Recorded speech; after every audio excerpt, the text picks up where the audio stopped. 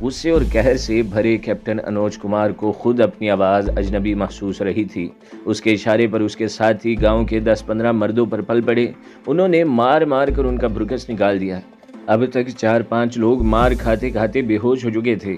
Captain Anuj Kumar نے اندازہ کر لیا کہ انہیں واقعی بشیر کے فرار کا علم نہیں۔ بہت چالاک نکلا حرام خور۔ اس نے دل ہی دل میں بشیر بکروال کو گالیاں دیتے ہوئے کہا۔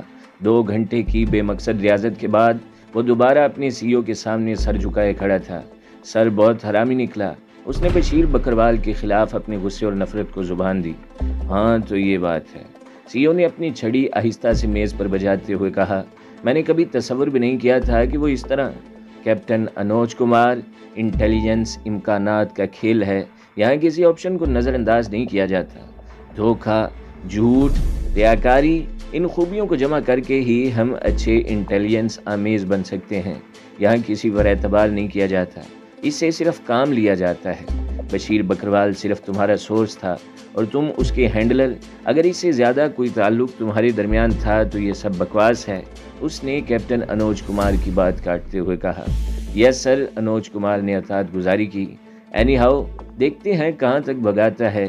سی او نے مسکراتے ہوئے انوج کمار کی طرف دیکھا، جس کا چہرہ ضرورت سے زیادہ سیریس ہو گیا تھا۔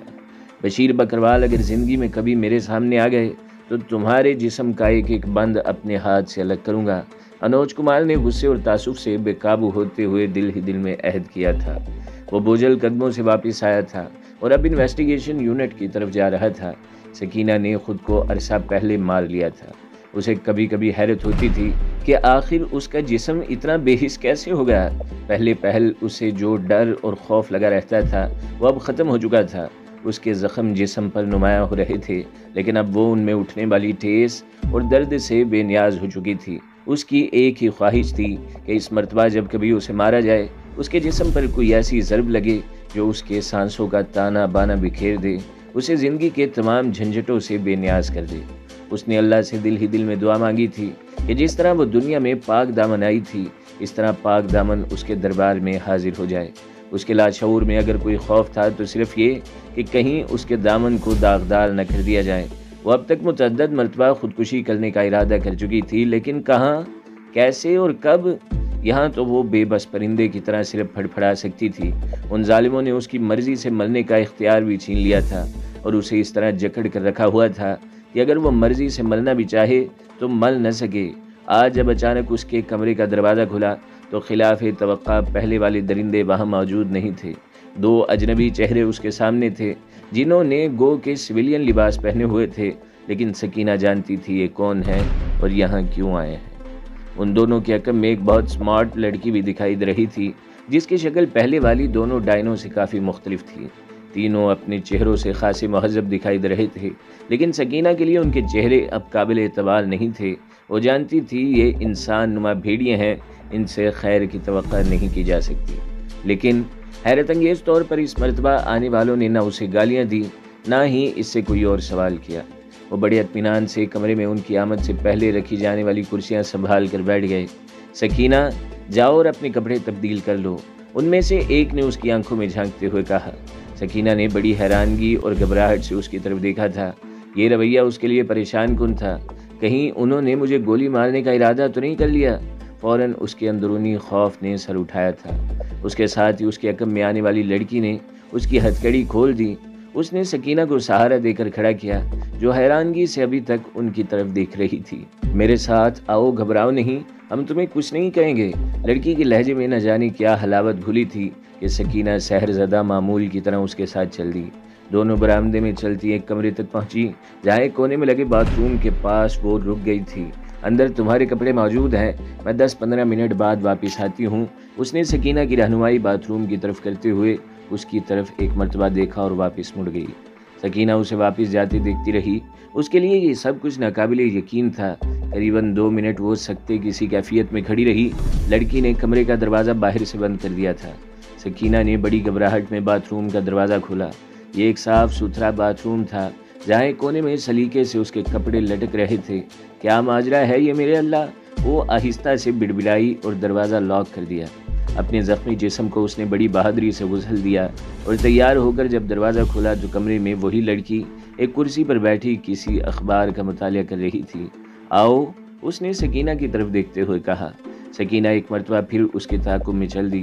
اس سفر کا اختتام ایک ڈرائنگ روم نما کمرے میں ہوا جہاں وہ دونوں موجود تھے۔ ایک بڑی میز پر ناشتے کا سامان رکھا ہوا تھا۔ آؤ ہمارے ساتھ ناشتہ کرو، یہ کہتے ہوئے اسی لڑکی نے بڑی نرمی سے سکینہ کا ہاتھ پکڑا اور اسے اپنے برابر والی کرسی پر بٹھا لیا۔ سکینہ ہونکوں کی طرح ان کی طرف دیکھ رہی تھی۔ لڑکی نے اس کے لیے ایک پیالے میں کشمیری چائے ڈالی، پھر سب نے باری باری یہی عمل دہرایا۔ ہمیں تمہارے ساتھ ہونے والے سلوک پر افسوس ہے، ان میں سے ایک نوجوان جس سے آنکھیں ملاتے ہوئے سکینہ کو قدرے ہچکچاہٹ ہو رہی تھی، اس نے کہا، دیکھو نا سکینہ بی بی، تم نے ساری زندگی اس دیش میں رہنا ہے، بھارت پر تمہارا بھی اتنا ہی حق ہے جتنا ہمارا ہے۔ دوسرے نے بڑی نرمی اور آہستگی سے کہا، دھرتی اپنی ماں ہوتی ہے سکینہ بہن۔ لڑکی نے بڑی نرمی سے اس کے کمر پر ہاتھ رکھتے ہوئے دوستانہ انداز میں کہا، کوئی اپنی ماں سے غداری تو نہیں کر سکتا نا؟ آفیسر نے کہا، او تو یہ دوسرے ہتھیار کے ساتھ حملہ آور ہوئے ہیں۔ سکینہ کے دماغ نے رہنمائی کی۔ قریباً آدھ گھنٹے تک وہ ناشتے کی میز پر اس کے ساتھ موجود رہے۔ اس درمیان ان ماہرین نفسیات نے سکینہ کی اپنی دانست میں مکمل برین واشنگ کر دی تھی اور وہ یہ سمجھ رہے تھے کہ اب کوئی مسئلہ نہیں رہا۔ انہوں نے سکینہ کو باور کروایا تھا کہ وہ برے لوگ نہیں، لیکن ملک کے ساتھ غداری کرنے والوں پر اگر سختی نہ کی جائے تو پھر ملک قائم کیسے رہے گا؟ انہوں نے سکینہ سے کہا تھا کہ کچھ گمراہ نوجوان دہشت گردی کر رہے ہیں جنہیں وہ بات چیت کے ذریعے سمجھانے کی کوشش کرتے ہیں۔ یہ گمراہ نوجوان جنہیں پاکستان نے شرارت سے اپنے ساتھ ملایا ہوا ہے، اپنے اور اپنے خاندان والوں کے لیے مسائل پیدا کر رہے ہیں۔ آخری لمحات میں انہوں نے سکینہ پر اچانک انکشاف کر کے اسے بوکھلا دیا کہ وہ اسے رہا کرنے والے ہیں۔ تم انہی نوجوانوں کے پاس جاؤ گی جن کے ساتھ کام کرتی رہی ہو، دیکھو انہیں سمجھاؤ کہ بندوق رکھ دیں، ہم انہیں نوکریاں دیں گے، اچھا مستقبل دیں گے۔ بھارت بڑا وشال دیش ہے، ان کے لیے یہاں بہت کچھ ہے، وہاں سرحد پار کیا ہے ان کے لیے؟ کچھ بھی تو نہیں ہے۔ سکینہ حیرت اور سکتے کسی کیفیت میں ان کی باتیں سن رہی تھی۔ اس پر ایک طرح سے بوکھلاہٹ طاری تھی، سمجھ نہیں آتی تھی کہ سچ کیا ہے اور جھوٹ کیا ہے۔ ایک بات تو بالکل صاف تھی کہ یہ جھوٹ بول رہے ہیں۔ اگر واقعی اسے رہا کرنے کا فیصلہ ہو گیا ہے تو ضرور انہیں کسی نے مجبور کر دیا ہے۔ کیا میرے والد نے؟ اس نے خود سے سوال کیا۔ آخر وہ بھی تو کئی سال سے ان کے لیے کام کر رہا ہے، ممکن ہے اس نے اپنی گزشتہ خدمات کا واسطہ دے کر آئندہ کے لیے کوئی بڑی ضمانت دے کر اسے رہا کروا لیا ہو، لیکن نہیں، اس کے دل و دماغ دونوں نے یہ ماننے سے انکار کر دیا۔ یہ لوگ اس طرح ماننے والے نہیں، ضرور مجاہدین کے ہاتھ ان کی کوئی بڑی کمزوری آ گئی ہے، یہ کارروائی ضرور مجاہدین کی ہے۔ اگر یہ سچ ہے تو بخت خان نے اپنا وعدہ نہیں بھلایا، اس نے یقیناً اپنی جان پر کھیل کر کوئی بڑی کارروائی کی ہوگی جس کے بعد ہی اس کو یہ لوگ رہا کرنے پر مجبور ہوئے ہیں۔ وجہ کچھ بھی ہو، اس نے فیصلہ کر لیا تھا کہ وہ بظاہر ان کی ہاں میں ہاں ملاتی رہے گی۔ اس مرحلے پر اگر واقعی ان لوگوں نے کسی دباؤ میں آ کر اسے رہا کرنے کا فیصلہ کیا ہے تو وہ کوئی غلط بات کہہ کر انہیں تیش دلا کر معاملہ بگاڑنا نہیں چاہتی تھی۔ گزشتہ 5 روز سے اس کو حیوانوں سے بدتر حالت میں رکھا گیا تھا، اسے صرف اتنا کھانے کو دیا جاتا جس سے وہ زندہ رہ سکے۔ آج 5 روز بعد اسے اپنے انسان ہونے کا احساس ہوا تھا۔ اس نے ساری زندگی ایک دیہاتی دوشیزہ کی طرح گزاری تھی، زندگی میں کبھی کوئی بڑا ہنگامہ نہیں ہوا تھا۔ گھر میں اپنی ماں، سکی سہیلیوں اور کبھی کبھی والد کے ساتھ سری نگر اور 1-2 مرتبہ دلی کا سفر کیا۔ اس سے آگے اس نے کچھ دیکھا سنا نہیں تھا۔ گھر میں موجود ٹی وی پر صرف مقامی چینل آن ہوتے تھے، اس گاؤں میں کیبل تھی نہ کوئی اور سہولت۔ گھر کے ٹی وی پر اس نے کچھ بھارتی فلمیں دیکھی تھیں، وہ بھی قریباً نامکمل تھیں۔ جیسے ہی کوئی غلط قسم کا منظر آتا، اس کی ماں اس کا ہاتھ پکڑ کر باہر لے جاتی۔ بشیر بکروال بھی ان کے ساتھ ہی باہر آ جاتا اور گانا ختم ہونے تک سب اسے برا بھلا کہتے رہتے۔ نہ جانے کہاں سے بخت خان اس کی زندگی میں آ گیا۔ صرف اخبارات کے مطالعے سے جس کا اسے شوق تھا، اسے مجاہدین کی سرگرمیوں کا علم ہوتا تھا، یا پھر گاؤں کے لوگوں سے جو ایک دوسرے سے چوری چھپے مجاہدین کے کارناموں کا ذکر کیا کرتے تھے۔ انہی کی زبانی تحریک آزادی کی خبریں اس تک پہنچی تھیں۔ گاؤں کے لوگوں کو باہر کے حالات سے بے خبر رکھنے کے لیے حکومت نے بہت کچھ کیا تھا، لیکن حیرت انگیز طور پر گاؤں کے لوگوں کو مجاہدین سے ہمدردی تھی۔ سکینہ جانتی تھی اس کی ماں بھی ان عورتوں میں شامل ہے جو اپنی نمازوں میں مجاہدین کی کامیابی کی دعائیں دن رات مانگتی ہیں۔ گزشتہ کچھ دنوں سے اس کے علاقے میں فوجی نقل و حرکت بہت بڑھ گئی تھی۔ گاؤں کے بزرگ بتاتے تھے انہوں نے اپنی زندگی میں کبھی اتنا بڑا فوجی اجتماع نہیں دیکھا، ضرور کوئی بڑی گڑبڑ ہو رہی ہے۔ اور ایک روز گاؤں والوں پر یہ دھماکہ خیز انکشاف ہوا کہ سرحد پار سے مجاہدین نے حملہ کر کے بھارت کے اندر 30-35 کلومیٹر علاقے پر قبضہ کر لیا ہے۔ نہ جانے کون راتوں رات گاؤں کے مختلف گھروں میں پمفلٹ پھینک جاتا تھا جس پر بھارتی فوج کی ناکامیاں اور مجاہدین کی کامیابیاں درج ہوتی۔ لوگ چوری چھپے ان کا مطالعہ کرتے، انہیں دھڑکا لگا رہتا کہ ان کے قریبی عزیزوں کو بھی اس کی خبر نہ ہو۔ ایسا پمفلٹ جس کسی سے پکڑا جاتا اسے بھارتی ایجنسیاں غائب کر دیا کرتی، لیکن انہیں جلد ہی علم ہو گیا کہ مجاہدین کے ہاتھوں سینکڑوں بھارتی فوجی مارے گئے ہیں، اور بڑے بڑے ہیلی کاپٹروں کے ذریعے جن کی آمد و رفت مسلسل لگی رہتی تھی، دراصل مرنے والے بھارتی فوجیوں کو سری نگر پھر وہاں سے جہازوں کے ذریعے ملک کے کونے کونے میں منتقل کیا جاتا تھا۔ یہی وہ حالات تھے جس میں اس کا ٹکراؤ بخت خان سے ہوا اور اس نے دل و جان سے ان کا ساتھ دینے کا عہد کر لیا تھا۔ سکینہ نے ایک کمزور نہتی اور گردش حالات کے شکار لڑکی ہونے کے باوجود اس عہد کو جی جان سے نبھایا۔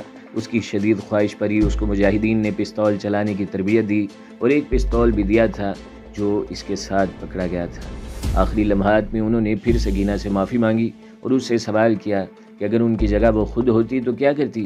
ظاہر ہے سکینہ نے اس کا جواب ان کی مرضی کے مطابق ہی دیا تھا تاکہ وہ اطمینان رکھیں کہ ان کا ٹاسک مکمل ہو گیا ہے۔ تھوڑی دیر بعد وہ اسی لڑکی کے ساتھ جس نے اپنا نام شیلا کماری بتایا تھا جا رہی تھی، لیکن خالی ہاتھ نہیں۔ لڑکی نے ایک بیگ اٹھا لیا جس میں سکینہ کے لیے کپڑے، کچھ کرنسی نوٹ اور تحائف تھے، کیونکہ ان کے خیال سے سکینہ کی برین واشنگ ہو چکی تھی۔ شیپالی جو کہ کیپٹن کی منگیتر تھی، ان اگروادیوں یعنی دہشت گردوں کے حسن سلوک سے پریشان ہو گئی تھی۔ وہ حیران تھی، اب تک اس نے کم از کم 20 مرتبہ انہیں انگریزی میں ڈانٹا اور گالیاں دی تھیں، لیکن کیا مجال جو ان کی طرف سے جواب میں ایک لفظ بھی کہا گیا ہو۔ یوں محسوس ہوتا تھا جیسے ان کے جذبات ہی نہیں ہیں، وہ صرف گوشت پوست کی مشینیں ہیں جن میں سے دل نکال لیے گئے ہیں۔ نہ تو اس کے کسی سوال کا جواب ملتا تھا، نہ ہی اس کی ڈانٹ ڈپٹ کا کوئی برا مناتا تھا۔ البتہ ان کی طرف سے شیپالی کو بہترین کھانا، چائے، کافی مسلسل سپلائی ہو رہی تھی۔ شیپالی نے اتفاق سے انہیں بھی کھانا کھاتے دیکھا تھا اور اسے ان کی حالت پر رحم آ رہا تھا۔ یہ لوگ عام سی سبزی دال کھا رہے تھے، لیکن اس کے لیے بڑا VIP قسم کا کھانا لایا جاتا تھا۔ آخر یہ چاہتے کیا ہیں؟ اسے اب گھبراہٹ سی ہونے لگی تھی، کیونکہ یہاں کوئی اس کے کسی سوال کا جواب دینے کے لیے تیار نہیں تھا۔ اپنی اخلاقیات سے متاثر کرنا چاہتے ہیں مجھے، گدھے کہیں کے، اس نے نفرت سے ہونٹ سکیڑے۔ ساری رات وہ آرام دہ بستر پر کروٹیں بدلتی رہی۔ صبح ہونے پر اسے نیند آ گئی۔ اسے بیدار ہونے کے بعد احساس ہوا کہ دوران نیند اس کے لیے بیڈ ٹی آئی تھی جو اب ٹھنڈی ہو چکی تھی۔ شاید انہوں نے شیپالی کو جگانا مناسب نہیں جانا تھا۔